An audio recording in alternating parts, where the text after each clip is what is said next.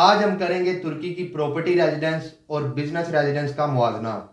दोनों में से कौन सी बेहतर है, आपको कौन सा रेजिडेंस लेना चाहिए।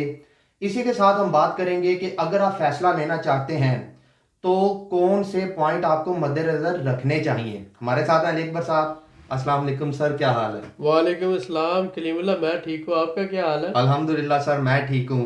सर, आज का टॉपिक हमारे लिए बहुत अहम है, खास तौर पे उन भाइयों के लिए जो कंफ्यूज हैं कि तुर्की में प्रॉपर्टी रेजिडेंस लें कि बिजनेस रेजिडेंस लें। तो मैं आपसे ये जानना चाहूंगा कि तुर्की की प्रॉपर्टी रेजिडेंस और बिजनेस रेजिडेंस में क्या फ़र्क है। जी कलीमुल्लाह, वाकई ये बहुत अहम टॉपिक है। जी सर, बहुत शुक्रिया। अच्छा, ये टॉपिक चूज़ करने की मेन वजूहात क्या है? अब बहुत से लोग गलत डिसीजन लेते हैं जब उनके पास पैसा कम है और वो कम पैसे के साथ बिजनेस करना चाहते हैं। तो यकीन करें, मुझे ऐसा लगता है कि एक बंदा डॉक्टर है और वो मेरे पास आता है, वो कहता है कि मैं हवाई जहाज़ चलाना चाहता हूँ, तो मुझे अब हवाई जहाज़ चलाने दें, मैं टेक ऑफ भी करूँगा और इसी तरह से जो है ना मैं लैंडिंग भी करूँगा। तो आप ये समझ लें कि आपके उस वक्त क्या तासरात होंगे कि जब आपको पता है कि ये बंदा डॉक्टर है और ये आपसे जहाज़ उड़ाने के लिए कह रहा है कि बस तुम मुझे बैठे दो पायलट की सीट पे और मैं टेक ऑफ भी मैं ही करूँगा, लैंडिंग भी मैं ही करूँगा। तो फिर अगर ऐसा बंदा टेक ऑफ करता है, ठीक है, तो आपको पता है फिर लैंडिंग कैसे होगी कि वो डॉक्टर साहब जो है उसे हो सकता है कि अपने हॉस्पिटल में भी जाना नसीब ना हो। तो इसलिए ये सबसे अहम बात है कि जब जब आपने इस मिसाल से मुराद क्या है, मैं थोड़ी सी एक्सप्लेनेशन आपको करता हूँ। आपने अपनी ज़िंदगी के 10 साल, 15 साल, 20 साल, 25 साल जॉब की। जब आप जॉब करते हैं तो आप 8 to 5 या 8 to 6 आप डेली जो है काम पे जा रहे होते हैं। आपकी जॉब्स की जो रोल्स एंड रिस्पॉन्सिबिलिटीज़ होती हैं आपको पता होता है कि मैंने ये काम करना है। आप अकाउंटेंट हैं तो आप उसी अकाउंट से मुतल्लिका काम करते हैं। आप लॉयर हैं, लॉयर की ड्यूटीज़ अपनी होती हैं। आप एचआर मैनेजर हैं, आपकी अपनी ड्यूटीज़ हैं। आप इसी तरह से सपोज आप कोई भी काम कर रहे हैं तो आप अपने फील्ड में एक्सपर्ट हो सकते हैं और आपकी रिस्पॉन्सिबिलिटी स्पेसिफिक होती हैं। लेकिन जब आप बिजनेसमैन होते हैं तो आप किसी एक चीज़ में प्रोफेशनल होने की बजाय आप पूरे बिजनेस की मैनेजमेंट में आपका रोल होता है। हर डिपार्टमेंट को आप मैनेज कर रहे हैं। सपोज करें आपकी कंपनी में 10 डिपार्टमेंट हैं, हर डिपार्टमेंट का एक हेड है, आप हर एक बंदे को रिस्पॉन्सिबिलिटीज असाइन कर रहे हैं और उससे आप काम ले रहे होते हैं। तो आप मैनेजर होते हैं, सबसे अपना टास्क वो सारे रिपोर्टिंग कर रहे हैं और आप देख रहे हैं टास्क कंप्लीशन हो रही है या नहीं हो रही। इसका मतलब ये होता है कि बिजनेसमैन जो होता है उसका जो माइंड होता है वो बिजनेस माइंडेड होता है और वो बहुत रिलैक्स, ब्रेव और क्विक डिसीजन लेने वाला बंदा होता है। वो बहुत ज़्यादा सोच विचार नहीं करता और वो ये देखता है कॉस्ट एंड बेनिफिट एनालिसिस के साथ साथ वो रिस्क का भी एनालिसिस करता है और देखता है कि रिस्क मिनिमाइज कैसे किया जा सकता है और उसके बाद वो डिसीजन ले लेता है। अब अगर आप टर्की की प्रॉपर्टी रेजिडेंस लेते हैं तो इसमें सिंपल सी बात ये है कि मैं सुजेस्ट ये करता हूँ कि आप अगर सारी ज़िंदगी आपने जॉब की और आपके पास 30 लाख है, 40 लाख है, 50 लाख रुपया है, तो आप क्यों प्रॉपर्टी रेजिडेंस लें? क्यों आप प्रॉपर्टी खरीदें कि आप दुनिया में जो सबसे सिक्योर इन्वेस्टमेंट है, पूरी दुनिया में जो सबसे सिक्योर इन्वेस्टमेंट है, वो वेल थॉट और वेल रिसर्च प्रॉपर्टी जब आप फाइंड कर लेते हैं, उसको आप खरीद लेते हैं, तो वो दुनिया की सबसे अच्छी और सबसे सिक्योर इन्वेस्टमेंट गिनी जाती है। प्रॉपर्टी के बाद दुनिया की सबसे अच्छी इन्वेस्टमेंट जो है वो गोल्ड में होती है। और अगर इसके बाद मैं कहूँ अपने हिसाब से तो मुझे लगता है फार्मिंग बिजनेस, गोट फार्मिंग या काउ फार्मिंग, ये तीन जो चीज़ें हैं, इन तीनों में सबसे ज़्यादा आपकी इन्वेस्टमेंट सिक्योर होती है। प्रॉपर्टी में, गोल्ड में और फार्मिंग बिजनेस में, जानवर पालने में। तो ये आपकी मर्जी है। लेकिन अब जब हम बात करते हैं प्रॉपर्टी की, तो आप जब प्रॉपर्टी खरीद लेते हैं, सपोज आपके पास 50 लाख रुपए, आपने 30 लाख की प्रॉपर्टी खरीद ली, 35 की खरीद ली, आपके पास 10 से 15 या 15 से 20 लाख रुपए बचता है। प्रॉपर्टी खरीदने पर आपका लीगल जो है रेजिडेंस आपको मिल जाता है, रहाइश मिल जाती है, तो आप लीगली रहने के आप एलिजिबल हो जाते हैं। उसके बाद फिर क्या होता है कि आप सोल प्रोप्राइटरशिप या कम जो है कैपिटल वाली कंपनी एलएलसी रजिस्टर्ड करवाते हैं। आपका पूरा खर्चा होता है $500, $600 ज़्यादा से ज़्यादा, यानी अगर सोल प्रोप्राइटरशिप करवाएंगे तो आपका उसमें तो कैपिटल की रिक्वायरमेंट नहीं है, ज़ीरो है उसमें रिक्वायरमेंट, और आप अकेले बिजनेस कर सकते हैं, यानी शॉप डाल सकते हैं, ग्रोसरी स्टोर बना सकते हैं, कोई भी सर्विसेज दे सकते हैं जिसमें आप मुलाजम नहीं रख सकते। अगर आप 2 3 4 मुलाजम रखना चाहते हैं तो आप एलएलसी रजिस्टर्ड करवाते हैं। अब एलएलसी जब आप रजिस्टर्ड कराएंगे, प्राइवेट लिमिटेड जिसे हम कहते हैं, तो आप 2 3 4 बंदे मुलाजम रख सकते हैं, वो 500 600 $700 में रजिस्टर्ड हो जाएगी। क्योंकि आपके पास पहले रेजिडेंस है तो आप कम पैसे वाली जो कंपनी है, 25,000 टर्किश लीरा, उसका 25% आप पे करके, यानी $400 500 पे करके 200 250 अकाउंटेंट को दे के वो कंपनी रजिस्टर्ड करवा के आप लीगली बिजनेस कर सकते हैं। इसका मतलब ये हुआ कि बिजनेस करने के लिए आपको ज़्यादा से ज़्यादा पैसा कितना चाहिए होगा, $700 800, या अगर बहुत ज़्यादा अगर आप कहते हैं तो $1,000। तो आप किस बेस पर, प्रॉपर्टी आपने पहले खरीदी हुई थी, प्रॉपर्टी रेजिडेंस ली हुई थी, तो इस वजह से आप सोल प्रोप्राइटरशिप या बिजनेस रेजिडेंस ले लेते हैं, यानी बिजनेस कंपनी रजिस्टर्ड करवा लेते हैं और बिजनेस भी कर लेते हैं। तो आपका दोनों काम ही हो गया, आपकी रेजिडेंस भी होगी और बिजनेस भी हो गया ये, और बहुत सस्ते में हो गया।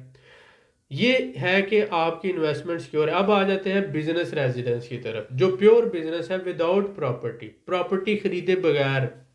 अब फर्ज करें कि आप एक ऐसे बंदे जिसके पास 40 लाख रुपया है, आप आते हैं तुर्की में और आकर आप ना कंपनी रजिस्टर करवाते हैं।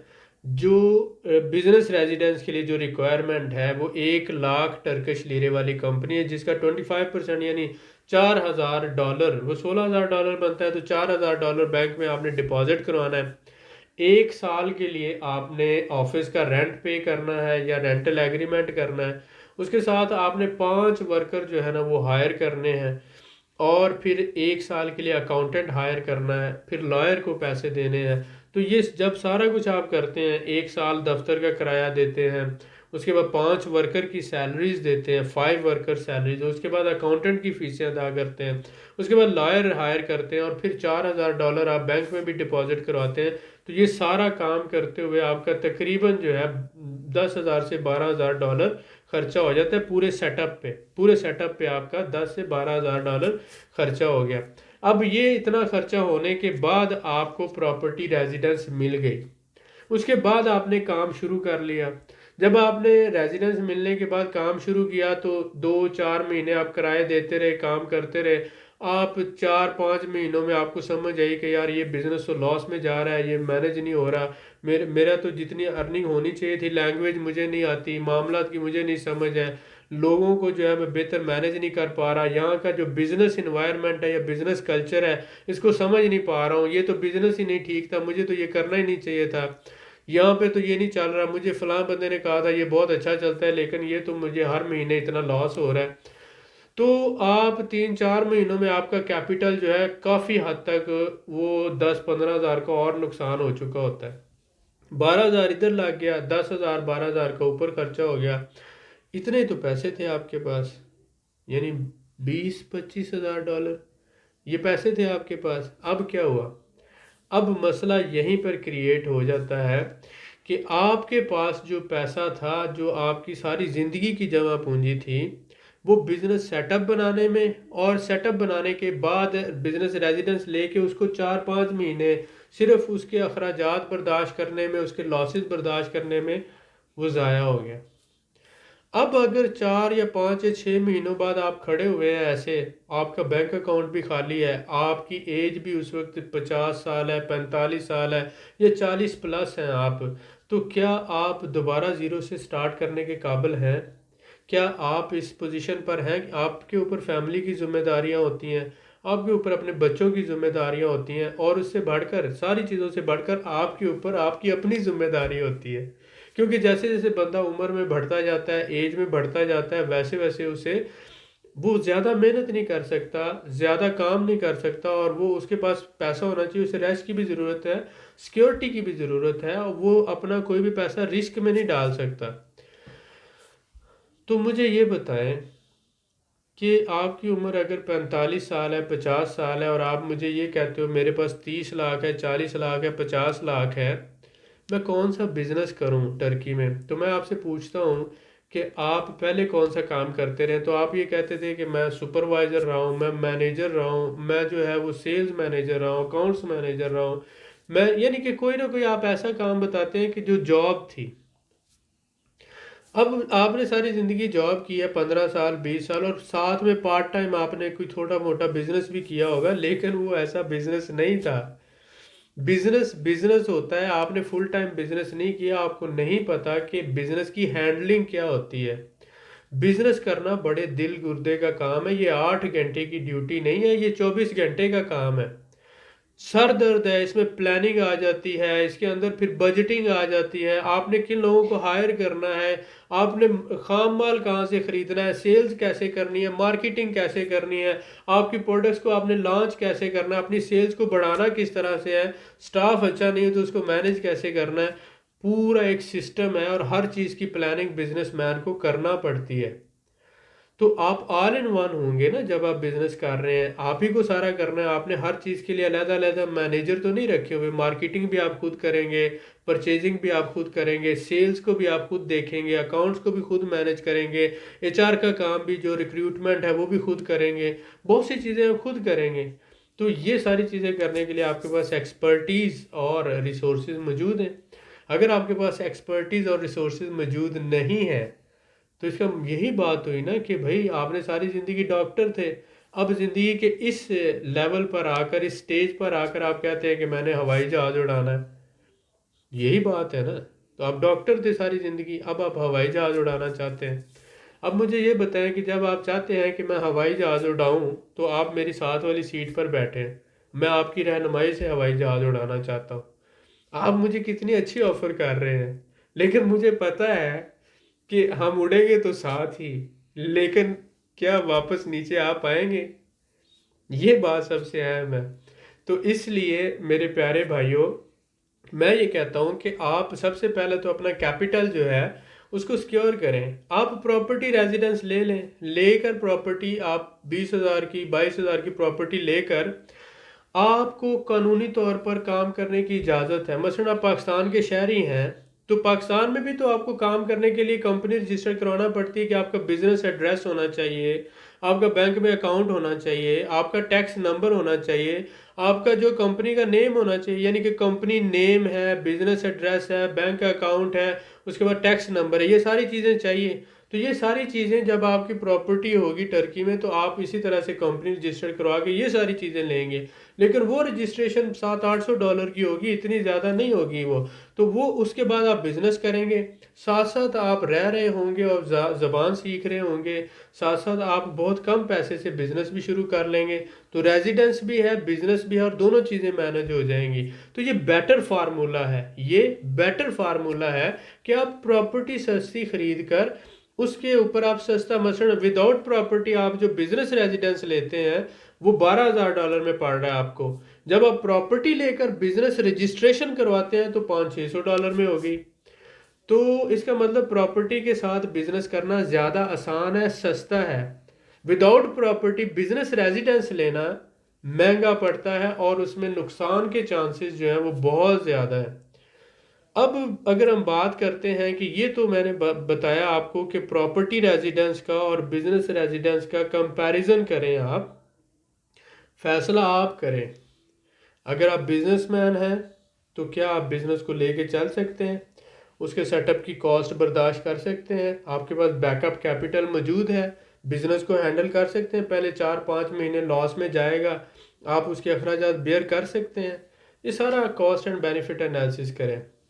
अगर आप बिजनेसमैन नहीं थे, जॉब करते थे, तो आपको सोचना है कि अब मैं सर्वाइवल के लिए काम करना चाहता हूँ, तो कोई भी छोटा मोटा काम कर लूँगा, लेकिन मेरा मेन मकसद रेजिडेंस मेरे पास लीगल वो प्रॉपर्टी से आ जाएगी, साथ में बिजनेस रजिस्टर करके कोई होलसेल का काम कर लूँगा, ऑनलाइन सेलिंग कर लूँगा, ग्रोसरी स्टोर बना लूँगा, कोई सर्विस देना शुरू कर दूँगा। तो ये जो चीज़ें हैं वो साथ हो सकती हैं। तो इसलिए इन दोनों का कंपैरिजन आप मेरे से ज़्यादा अच्छा कर सकते हैं। तो आप बैठ के इसको ज़रूर सोचें, बराए मेहरबानी। जी सर, माशाल्लाह, बहुत शुक्रिया सर आपका, आपने बड़ी तफसील से गाइड किया। सर मैं आपसे ये जानना चाहूँगा कि हमारे बहुत से जो बिजनेसमैन भाई हैं वो तुर्की में बिजनेस रेजिडेंस लेने की ही कोशिश करते हैं। जी जी। तो बिजनेस रेजिडेंस पे बाद में उन्होंने अपनी फैमिली को भी शिफ्ट करना होता है तुर्की में। तो उनके लिए बेहतरीन ऑप्शन कौन सी है? प्रॉपर्टी रेजिडेंस बेहतर है कि बिजनेस रेजिडेंस बेहतर है? जी देखें, जो बिजनेसमैन है वो ऑलरेडी बिजनेस कर रहा है, अगर पाकिस्तान में वो कंपनी चला रहा है, वो एक्सपोर्ट्स कर रहा है, इंपोर्ट्स कर रहा है, होलसेल कर रहा है, रिटेल कर रहा है, ऑलरेडी अगर 10 साल से 15 साल से वो बिजनेस की लाइन में है, जी सर। तो इसका मतलब है कि वो बिजनेस के ऑपरेशंस को समझता है। ठीक है, जो बिजनेस के एसओपीज होते हैं उनको समझता है। बिल्कुल सर, ऐसा ही। अब जब वो टर्की में कंपनी रजिस्टर करवाता है तो वो उसके लिए कोई इतनी हेडेक नहीं होती। वही काम उसने जो पाकिस्तान में कर रहा है वही यहाँ पे करना होता है। सिर्फ एक समझ ले प्लेस का डिफरेंस होता है, लैंग्वेज का होता है, लोगों का होता है, कल्चर का होता है। जी तो सर। वो लोकल स्टाफ हायर करके और लोकल असिस्टेंट हायर करके वो इसको मैनेज कर सकता है। लेकिन ओवरऑल स्किल तो सेम ही है ना, जो मैनेजमेंट की स्किल है उसके अंदर वो तो सेम है।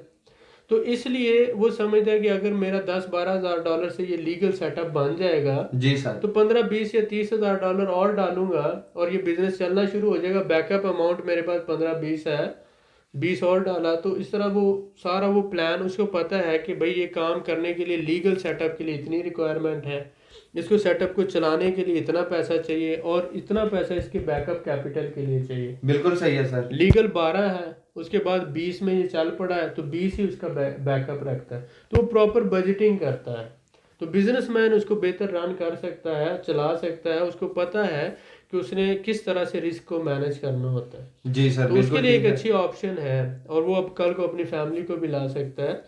लेकिन जो बिजनेस नहीं कर रहा उसको हम फिर वही एडवाइस करेंगे कि वो दोबारा सोचे। जी सर, बिल्कुल ठीक है। बिल्कुल आपकी बात जो है मुझे बहुत पसंद आई है कि जो हमारे भाई जॉब कर रहे हैं, ख़ास तौर पे तो वो उनकी यही कोशिश होती है कि वो बिजनेस रेजिडेंस परमिट लें। तो अगर वो तुर्की का प्रॉपर्टी रेजिडेंस परमिट ले लेते हैं या अपनी प्लानिंग को चेंज कर लेते हैं, तो आप क्या मशवरा देंगे? उनको करना चाहिए या बिजनेस रेजिडेंस परमिट ही ले लें? मैं एक किताब पढ़ रहा था, उसमें उसने लिखा हुआ था कि why we fail, one of the reason is that we marry with our own ideas या आवर ओन थिंकिंग। हम अपनी ही सोच के साथ शादी कर लेते हैं, तो इस वजह से, या जो हमें आइडिया आता है उससे हम शादी कर लेते हैं, तो इस वजह से वो हमें हमारी फेलियर का सबब बनता है। क्योंकि हम ये सोच रहे होते हैं कि जो मैंने सोचा है यही इस प्रॉब्लम का हल है और यही इसको सॉल्व करेगा इस प्रॉब्लम को। क्योंकि हो सकता है हमारा इल्म महदूद हो, हमारी सोच जो है वो उस हद तक हमने दुनिया ना देखी हो, मामलात ना देखे हो, जितना थोड़ा सा हमें पता है उसमें हम ये समझते हैं कि अपनी इस जो जितनी दुनिया है इसका मैं ही हीरो हूँ और जो मैंने सोचा है वो सबसे अच्छा सोचा है। अगर कोई लोग पहले नाकाम हुए हैं तो वो अपनी बेवकूफ़ियों की वजह से नाकाम हुए हैं, लेकिन मैं नाकाम नहीं हूँगा। ऐसे ही है, जैसे कोई बीमार हो जाता है तो हम ये कहते हैं वो बीमार हुआ है ना, मैं तो कभी बीमार नहीं होऊंगा। जब कोई मर जाता है तो हम ये कहते हैं इन्ना लिल्लाहि व इन्ना इलैहि राजिऊन, वो मर गया, लेकिन हमारे दिल में ये हमें होता है कि मैंने तो नहीं मरना है, मुझे तो मौत नहीं आनी है। तो क्योंकि हम ये सोचते ही नहीं है कि मैं भी बीमार हो सकता हूँ, मैं भी मर सकता हूँ, इसी तरह हम ये भी नहीं सोचते कि मैं भी फेल हो सकता हूँ, कोई काम करके मैं भी नाकाम हो सकता हूँ। अगर हम ये सोचें कि मैं भी नाकाम हो सकता हूँ तो डेफिनेटली उस नाकामी से बचने के लिए हम बेटर प्लानिंग करें। तो ये चीज़ जो है वो सबसे अहम है कि आप हमेशा इन फैक्टर्स को मद्देनज़र रखते हैं और ये सोचते हैं कि भाई मैं नाकाम हो सकता हूँ और कामयाब होने के लिए मुझे क्या करना चाहिए। और इस हवाले से जब आप प्लानिंग करेंगे तो आप ये देखेंगे कि प्रॉपर्टी रेजिडेंस मेरे लिए बेटर है या बिजनेस रेजिडेंस बेटर है। आपका मेन इशू तो ये है कि मैं तुर्की में लीगल रहना शुरू करूं और आप इस तरह से रहना शुरू करें, आपको इस तरह का रेजिडेंस परमिट मिले जिस पे आपका लॉस कम से कम हो। एक तरफ तुर्की का रेजिडेंस परमिट है, ये तुर्की वाहिद कंट्री है इन सारे सराउंडिंग कंट्रीज में जो 10-15 हज़ार या 20 हज़ार डॉलर की प्रॉपर्टी पर भी रेजिडेंस दे रहा है। दूसरी तरफ बिजनेस रेजिडेंस है, तो बिजनेस रेजिडेंस जो है वो महंगा है और उसमें लॉस के चांसेस ज़्यादा हैं। प्रॉपर्टी रेजिडेंस जो है वो इसलिए महंगा नहीं लगता कि कल को आप प्रॉपर्टी सेल कर देते तो आपके लॉस के चांसेस जो है वो मिनिमम सिफर के बराबर है। तो इसलिए हम ये कहते हैं कि आपकी प्रॉपर्टी आपकी सिक्योर है, पैसा आपका सिक्योर है। जबकि बिजनेस में जो पैसा आपका लग गया किराए की शक्ल में, तनख्वाहों की शक्ल में, सैलरीज की शक्ल में या एक्सपेंसेस की शक्ल में, वो ज़ाया हो गया क्योंकि वो तो लग गया है। यहाँ पे जो पैसा लगाया प्रॉपर्टी में वो ज़ाया नहीं हुआ और वो दोबारा आपकी जेब में आ जाएगा। अगर आप यहाँ से दोबारा वापस अपने ही मुल्क जाना चाहते हैं, आप यहाँ पे एडजस्ट नहीं हो पाते, बहुत सी चीज़ें होती हैं जो किस्मत के साथ मुंसलिक होती हैं, बहुत से मामलात होते हैं। हो सकता है कि यहाँ का पानी, यहाँ की आबो हवा, यहाँ के लोग, यहाँ का मुआशरा, यहाँ का सिस्टम आपको ना पसंद आए, या आपकी मतलब कुदरती तौर पर आपकी किस्मत में ना हो।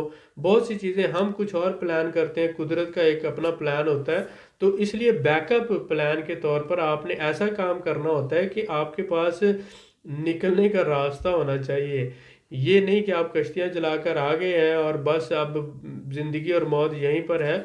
ऐसा अगर होता तो वो फिर ये होता है कि फिर लॉस भी हो जाए तो फिर जो अल्लाह के हवाले। लेकिन मेरे ख्याल में कश्तियाँ कभी नहीं जलानी चाहिए, हमेशा से बैकअप प्लान ज़रूर रखना चाहिए। जी सर, बिल्कुल ठीक है सर। मैं आपसे ये जानना चाहूँगा कि जैसा कि हमने जॉब की बात की, बिजनेसमैन बंदे की बात की, तो मैं आपसे उन लोगों के बारे में जानना चाहूँगा जो किसी मजबूरी की वजह से इंडिया से, बर्मा से, सऊदी अरब से, दुबई से हमारे भाई अपनी फैमिली के साथ तुर्की शिफ्ट होना चाहते हैं। आप उनको क्या मशवरा देंगे कि उन्हें कौन सा रेजिडेंस लेना चाहिए? जी बिल्कुल। अब ये देखें कि अगर आप अपने सराउंडिंग में देखें और हमारे भाई भी अपने सराउंडिंग में देखें, जी सर। तो 5 से 10% ऐसे लोग हैं जिनका अगर $1 लाख ज़ाया हो जाए या $50,000 ज़ाया हो जाए तो उनकी रूटीन की लाइफ पे कोई फ़र्क नहीं पड़ेगा। बिल्कुल सर, ऐसा ही। लेकिन 80% या 85% ऐसे लोग हैं जिनका अगर $1 लाख ज़ाया हो जाए तो उनकी सारी ज़िंदगी उस दोबारा उसको $1 लाख को कमाने में लग जाएगी। अगर वो 30 साल के हैं तो एवरेज लाइफ क्या है, 60 साल, 65 साल, 70 साल। जी सर। तो अगर 30-35 साल के उस उम्र में आके उनका कोई $50,000 या $1 लाख ज़ाया हो जाए तो ऐसी सूरत में उनको एक ज़िंदगी का अरसा लग जाएगा और वो उससे रिकवर नहीं हो पाएंगे। बिल्कुल सर, ऐसा ही। तो इसलिए ये होता है कि आप बिजनेस का जो मामला है, अगर तो आपके पास फुल नॉलेज है और प्रॉपर कैपिटल है। प्रॉपर कैपिटल से मुराद क्या होती है कि एक बिजनेस शुरू हो रहा है $10,000 से जी सर। या $20,000 से शुरू हो रहा है, तो वो उसको शुरू करने के लिए इनिशियल बजटिंग और है। फिर आप उसके साथ उसके रनिंग का कैपिटल रखते हैं, बिजनेस रनिंग का। तो 20,000 से शुरू हुआ तो 20,000 रनिंग कैपिटल है, बिल्कुल सही है सर। वो 40 हो गया और 20,000 ही आप उसका बैकअप कैपिटल रखते हैं। ऐसा ही है सर। अब एक हमारे यहाँ सबसे बड़ा मसला क्या है, हमारे यहाँ ये कहते हैं कि मेरे पास 10 लाख रुपया है, टोटली 10 लाख, और मुझे कम से कम पैसों में कौन सा बिजनेस करना चाहिए। अब 10 लाख को अगर डॉलर में कन्वर्ट करते हो तो $5-6 हज़ार बनेगा। ऐसा ही है सर, अब बिल्कुल। इसी $10 लाख से तुमने बिजनेस करना है तो $5-6 हज़ार में तुम क्या बिजनेस करोगे, मुझे ये तो बताओ। बिजनेस वो भी मसलन तुम आओगे, तुम आके दुकान किराए पे लोगे, कंपनी रजिस्टर्ड कराई, दुकान ली, वहाँ पे सामान डाला, उसके बाद अभी 2-3-4 महीने आपका काम चलने में, मामलात को देखने में, तो आपके पास पीछे बैकअप कैपिटल, रनिंग कैपिटल भी नहीं है, बैकअप कैपिटल भी नहीं है। बिल्कुल सर, ऐसा ही है। 10 लाख से एक काम होना था तो आपके पास 10 लाख रनिंग कैपिटल होना चाहिए, 10 लाख बैकअप कैपिटल होना चाहिए, यानी कि वो 30 लाख का फुल प्लान है। लेकिन आपने शुरू 10 से करना है, बाकी 20 जो है 10 रनिंग और 10 बैकअप के लिए रखना है। बिल्कुल सर। कौन सा हमारा भाई ऐसे प्लानिंग करता है? कोई भी नहीं। मतलब हर बंदा, मतलब जितने बहुत से करते होंगे, मुझसे ज़्यादा ज़हीन लोग उस तरफ बैठे हुए हैं, मुझसे ज़्यादा तजुर्बे वाले लोग बैठे हुए हैं। बिल्कुल सर, ऐसा ही। लेकिन मैं तो जो मैं फील करता हूँ मैं वही बोलूँगा ना। जितने लोगों ने मुझसे रब्ता किया उन्होंने कहा कि सर मुझे बताएं कम से कम पैसे में कौन सा बिजनेस किया जा सकता कौन सा बिजनेस किया जा सकता है है और उसमें महीने का ज़्यादा से ज़्यादा कितना कमाया जा सकता है, यानी कि कम से कम पैसे में बिजनेस हो जाए और ज़्यादा से ज़्यादा कमाई हो जाए।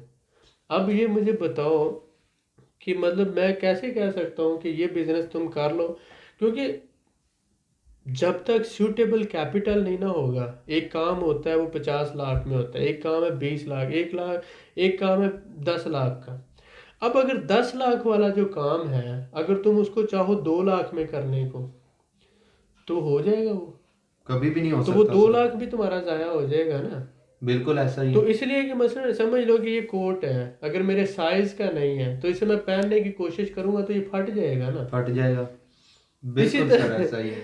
इसी तरह से मसला ये आ जाता है कि वो भी जो बिजनेस का कोट पहनना चाहते हैं वो भी फट जाता है, क्योंकि जितना कैपिटल रिक्वायर्ड है ना किसी काम के लिए उतना होना चाहिए बंदे के पास। बिल्कुल सर। तो इसलिए हम ये कहते हैं कि अगर आप किसी मजबूरी से माइग्रेट कर रहे हैं, आप मतलब सऊदी अरब से आ रहे हैं, दुबई से आ रहे हैं, दुनिया के किसी भी मुल्क से आ रहे हैं, आप ये देखें कि आप सबसे पहले तो आप अपनी रहाइश और अपनी फैमिली की रहाइश को सिक्योर करें। और आपकी फैमिली की रेजिडेंस लीगल जो है वो आप $15,000 का घर ले लें, पुराना ले लें, एक कमरे वाला ले लें, दूसरे छोटे शहर में ले लें, इस्तांबुल के सराउंडिंग में ले लें। आप 15-20 हज़ार डॉलर का घर लेकर अपना, अपने बच्चों का और अपनी फैमिली का फ्यूचर सिक्योर कर लेते हैं। अब आपने मेहनत करके, अगर आपको फ़र्ज़ करो कि आप फौरी बिजनेस नहीं भी शुरू कर पाते, 2-3 महीने आप ज़बान सीखते रहते हैं, साथ साथ आप कोई छोटा मोटा कहीं पर काम करना शुरू कर देते हैं, लेबर वर्क भी कर सकते हैं, आप सेल्स का भी कर सकते हैं, मार्केटिंग का भी कर सकते हैं, होलसेल में चीज़ें लेके खुद सेल कर सकते हैं, अपना स्टॉल लगा सकते हैं, कुछ भी कर सकते हैं। यानी कि सरवाइव करना मुश्किल नहीं है। आप क्या करते हैं, जाते हैं मार्केट से 100 पैंटें उठाई आपने, वहाँ पर स्टॉल लगाया और उनको सेल करना शुरू कर दिया। 10 रुपए की फ़र्ज करें उठाई है, तो आपने उसको 15 की या 20 की बेच रहे हैं, तो आप रोटी तो कमा ही लेंगे ना। बिल्कुल सर, ऐसा ही है। ऐसा कोई इशू नहीं है, प्रॉब्लम नहीं है, सर्वाइवल हो जाता है अगर आपके पास लीगल रेजिडेंस है। तो एक वक्त के बाद फिर जब आपके पास पैसा होगा, कम से कम पैसों में आप बिजनेस भी कर सकेंगे। बिल्कुल सर। लेकिन दूसरी तरफ अगर आप बिजनेस पहले कर लेते हैं और बिजनेस पर आपका बिजनेस फ्लॉप हो जाता है, तो अगली दफ़ा आपके पास तो दफ्तर भी रखने के पैसे नहीं होंगे, वर्कर के पैसे देने के लिए भी, सैलरी देने के लिए पैसे नहीं होंगे, और उसी तरह आप रेंट भी नहीं दे पाएंगे, बिजनेस की रनिंग कॉस्ट आप नहीं दे पाएंगे, तो बिजनेस बंद करना पड़ेगा। जब बिजनेस आप बंद करेंगे तो अगली दफ़ा आपको बिजनेस रेजिडेंस कैसे मिलेगी? नहीं मिलेगी फिर अब तो। इसीलिए मैं ये कहता हूँ कि हमारा जो भाई सऊदी अरब से, दुबई से या कहीं से आता है, तो वो तो मजबूरी से आ रहा है। अब वो मजबूरी से आ रहा है तो मैं उसे कहूँ कि भाई तुम बिजनेस सेटअप बना के बिजनेस रेजिडेंस ले लो। कभी भी नहीं सर। अब मैं क्यों नहीं कहूँगा, क्यों नहीं उसे सुजेस्ट करूँगा? मैं उसे इसलिए सुजेस्ट नहीं करूँगा कि वो बंदा जो आ रहा है वो बिजनेस पहले, उसके पास अगर एक्स्ट्रा पैसा है, फॉर एग्जांपल मैं किस बंदे को मशवरा देता हूँ, आप 3 दोस्त हैं, आप तीनों के पास 40-40 लाख है, आप तीनों ऐसा करो 15-15 लाख डाल के ना तो बिजनेस शुरू कर लो। उसके बाद आपके पास फिर भी 25-25 बच जाएगा ना। जी सर, बिल्कुल।